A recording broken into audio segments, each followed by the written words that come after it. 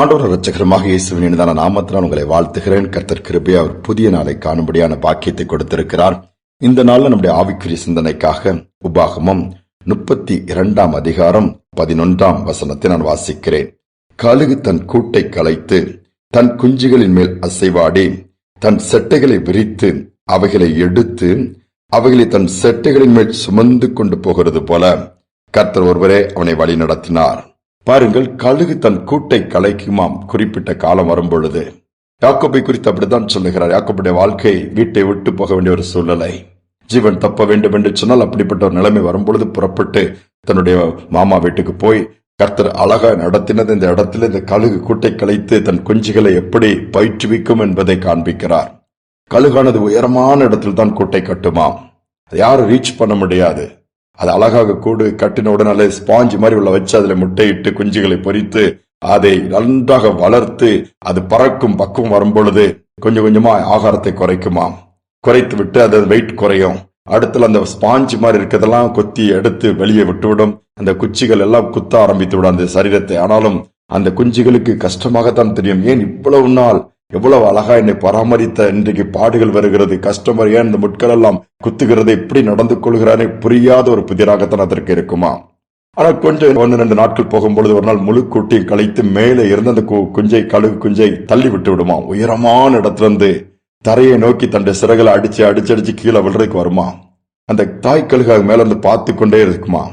ஆனா அது ஒன்றுமே அதற்கு ஹெல்ப் பண்ற மாதிரியே தெரியாது. இது கத்திக்கொண்டே கீழே வரும். ஆனால் தரையில் விழுவதற்கு முன்பாக அது வேகமாய் பறந்து தன்னுடைய செட்டைகள் அந்த குஞ்சை அப்படியே தாங்கி தூக்கி கொண்டு மேல போய்விடுமா. அப்பொழுதுதான் அந்த கழுகு குஞ்சுக்கு உயிர் வந்தது போல, அப்பா நம்ம தாய் கழுகு நான் தூக்கிட்டு போய் பத்திரமா பாதுகாத்துருச்சு திரும்ப மேல உயரமாய் போய் ஒரு மரக்கிளையில உட்கார வைக்குமா. எதுக்கு தப்பிச்சோம் பிழைச்சோம் அப்படி இப்பதான் மூச்சு விட்டு கொஞ்சம் ஃப்ரீயான உடனே அகைன் அதை தள்ளி விடுமா. திருப்பி அது கத்திக்கொண்டே தரைக்கு வருமா. திரும்பவும் தரையில் விழுவதற்கு முன்பாகவே அந்த தாய் கழுகு அதை அப்படியே அந்த செட்டைகளிலே தாங்கி உயர கொண்டு போகுமா. இப்படி நல்லா ட்ரெயின் பண்ணுமா. பல முறை இப்படி பண்ண உடனே குறித்த டைம் இப்படி போய் அந்த கழுகு கொஞ்சம் நல்லா செட்டைகள் அடித்து பறக்க கற்றுக்கொள்ளுமா.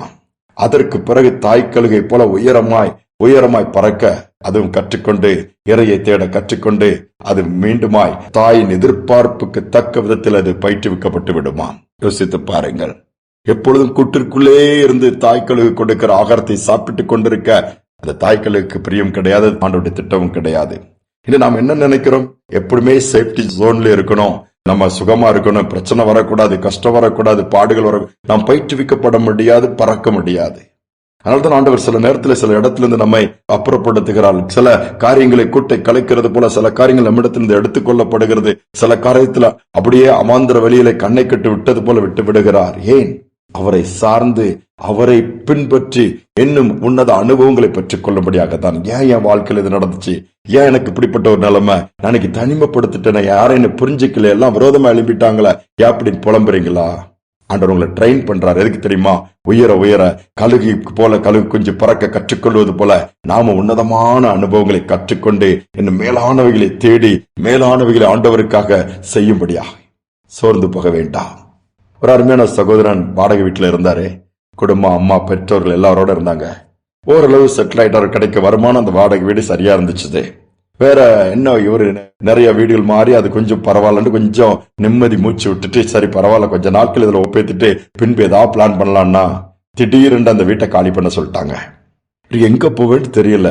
திருப்பி வாடகை வீடா, என்ன செய்வதுன்னு அங்கலாய்க்கிறாரு. ஏன் ஆண்டவர் இதை அனுமதிச்சாரு? நல்லா இப்பதானே கொஞ்சம் எல்லாம் பிரச்சனை தீர்ந்துச்சு, எத்தனை வீடு தான் மாறுறது? அந்த நெருக்கம் வந்த உடனே திருப்பி யோசித்தாரு. சரி இப்படியே வாடகை வீடே மாறிட்டு ஏன் ஒரு வீடை கட்டக்கூடாது? அன்றுதான் அவருக்கு அந்த எண்ணம் வருகிறது. அவர் அந்த காரியத்துல இறங்குறாரு. கர்த்தர் கிருபை கொடுக்கிறாரு.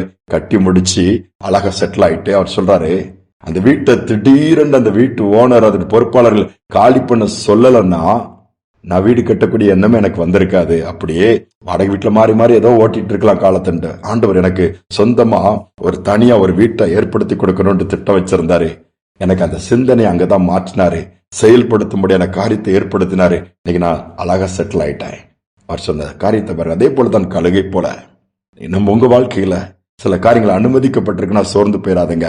அற்பமா இருக்கலாம் அதனுடைய துவக்கம், அல்லது அதனுடைய ஆரம்பம் அற்பமா இருக்கலாம், முடிவு சம்பூர்ணமா இருக்க போதே. கர்த்தருடைய கிரியைகளை அப்போ பார்த்து மகிழ போறீங்க. ஏன் இது நடந்துட்டு நிறைய கேள்விக்கு இன்னும் பதில் இல்லாம இருக்கிறீங்களா? நாட்கள் வரும்போது அதற்கு பதில் மட்டுமல்ல, அதற்கான பிரதிபலனை நீங்க பாப்பீங்க. அது உன்னதம் உயரமான ஒரு அனுபவமாய் ஆசீர்வாதமா இருக்கும். சோர்ந்து போக வேண்டாம். ஜெபிப்போம். தகப்பனே, இதனாலும் கூடப்பா நீர் யாக்கோபை அற்புதமா நடத்தினீர். கழுகு தன் குஞ்சுகளை எப்படி பயிற்றுவிக்கிறதுங்கிறது நீ வேதத்தில் எழுதி கொடுத்திருக்கிறீங்கப்பா. எங்களையும் அப்படித்தான் கழுகை போல செட்டைகள் எடுத்து உயர எழும்ப வேண்டும் என்று தான் நீ விரும்புகிறேன். பிள்ளைகள் சோர்ந்து போய் விழுந்து கிடக்கிற விரும்புவதே இல்லை. அதோடு மட்டுமல்ல, சோம்பேறியாக இருந்து வாழ்க்கை ஓட்டத்தை முடிக்க நீர் விரும்புகிறது அல்ல. குறித்த திட்டத்தை நாங்கள் நிறைவேற்றும். அதற்காக அநேக விதத்தில் பயிற்றுவிக்கிறீர். வண்ணாந்தரங்கள், கரடு மரடான பாதைகள், கண்ணீரின் பள்ளத்தாக்குகள், மரணங்களின் பள்ளத்தாக்கள், இன்னும் நல்ல சமவெளியான பகுதிகள், நீரூற்றுகள், அதையும் தாண்டி புல்லுள்ள இடங்கள், இன்னுமாய் அமர்ந்த தண்ணி என்று பலவித பாதைகள் நடத்துகிறீர். எங்களை பயிற்றுவிப்பதற்காக, உம்மை சார்ந்து கொள்வதற்காக, உம்மை பின்பற்றுவதற்காக, எல்லாவற்றுக்கும் மேலாக உம்முடைய ராஜ்யத்தில் வந்து சேருவதற்காக நாங்கள் அதை உணர்ந்து பொறுமையோடு நியமித்திருக்கிற பாதையில் ஓட உதவி செய்யுங்க. எத்தனை தான் இடர்கள் வந்தாலும் பின்வாங்கி விடாதபடி, சோதனைகள் வந்தாலும் சோர்ந்து விடாதபடி, இழப்புகள், கஷ்டங்கள், வெறுமையான பகுதிகள் வந்தாலும், விரோதமாய் காரியங்கள் நடந்தாலும் சோர்ந்து விடாதபடி சார்ந்து கொள்ள உதவி செய்து. கேட்டிருக்கிற பிள்ளைகள் சோர்ந்து போயிருக்கலாம், பல கேள்விகளோடு இருக்கலாம். ஏன் என்று சொல்லி இல்லை, என் தேவன் அதற்கு பதில் கொடுப்பதற்கு ஸ்தோத்திரம்.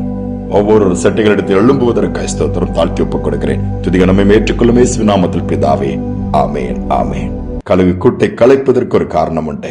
நாம் சில காரியங்களை கர்த்தர் அனுமதிக்கிறார். ஏன்? அதற்கு ஒரு காரணம் உண்டு. அது நன்மைக்கு எதுவாகவே இருக்கும். இந்த சிந்தனையோடு நாளை தொடருவோம். மீண்டுமாய் நாளை தினம் சந்திப்போம்.